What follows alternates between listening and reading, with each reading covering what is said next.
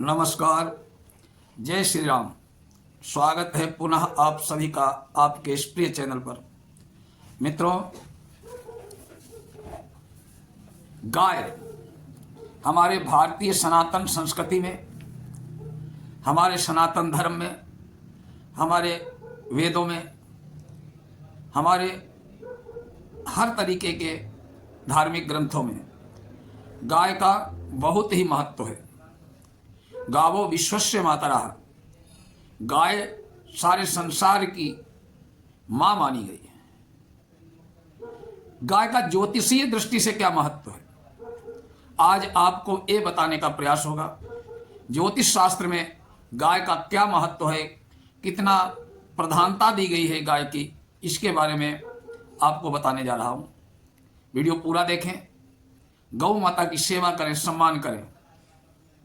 ज्योतिष शास्त्र में गोधूलि वेला कहते हैं, जब गाय दिन भर चरने के बाद वापस अपने घर आती है संध्या काल में, और गाय के चरणों की धूलि उड़ती है। वो धूलि इतनी पवित्र होती है कि वो अगर किसी के सर पर भी पड़ जाए तो उसके सारे पाप नष्ट हो जाते हैं। विवाह के लिए गोधूलि वेला ज्योतिष शास्त्रों ने अत्यंत श्रेष्ठ मानी है। यदि यात्रा करते समय आप अगर कहीं बाहर जा रहे हैं और गाय सामने पड़ जाए और गाय अपने बछड़े को दूध पिलाती हुई मिल जाए, तो समझ लीजिए आप जिस काम के लिए जा रहे हैं वो काम आपका निश्चित सफल होगा। जन्मपत्री में यदि शुक्र अपने नीच राशि कन्या पर हो, या शुक्र की महादशा चल रही हो, अथवा शुक्र अशुभ भाव जो है 6, 8, 12 में हो, तो प्रातः काल के भोजन के समय एक रोटी सफेद रंग की गाय को खिलाने से शुक्र का नीचत्व तो खत्म हो जाता है, और शुक्र संबंधी जो दोष है वो स्वतः ही अपने आप खत्म हो जाता है। जिस घर में गाय होती है, जिस घर में गाय की सेवा होती है, उसका घर का वास्तु दोष अपने आप खत्म हो जाता है। पितृदोष की मुक्ति के लिए, अगर कोई पितृदोष से पीड़ित है,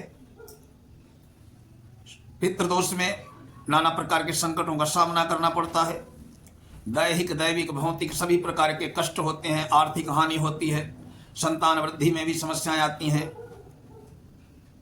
तो पितृदोष से मुक्ति के लिए, पितृदोष क्या होता है? सूर्य, चंद्र और मंगल, शुक्र की युति, सूर्य, चंद्र और मंगल के कारण अगर पितृदोष होता है, ऐसी मान्यता है।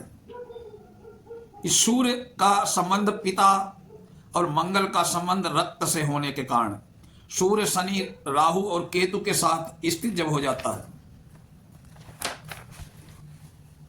तो पितृदोष हो जाता है। मंगल की युति और राहु के साथ हो तो पितृदोष होता है। इस दोष को जीवन पर्यंत बन जाता है।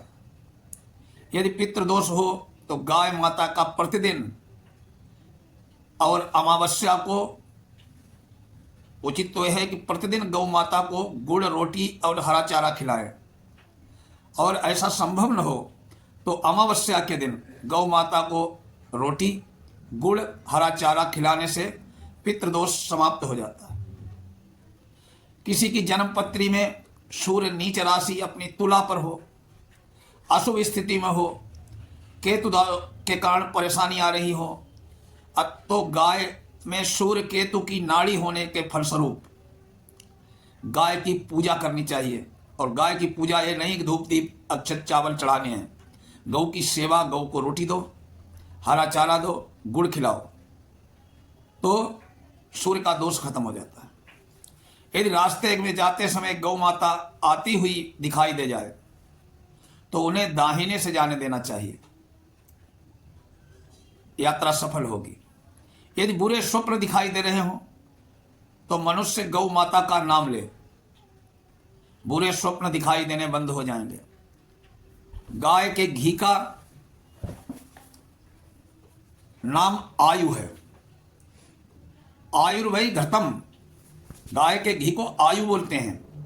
अतः गाय के दूध से, घी से व्यक्ति को दीर्घायु प्राप्त होती है। हस्तरेखा में अगर जीवन रेखा, आयु रेखा टूटी हुई है तो गाय का घी काम में लें, खाएं और गाय की पूजा करें, सेवा करें।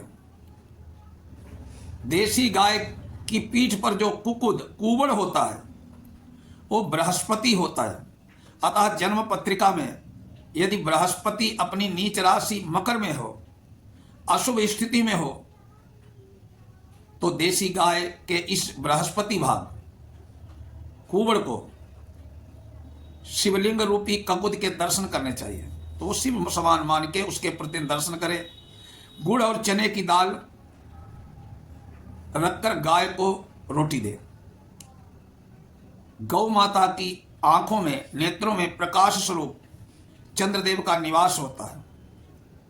जन्म पत्री में अगर सूर्य और चंद्र कमजोर हो तो प्रतिदिन गाय माता के नेत्रों के दर्शन करें, निश्चित लाभ होगा।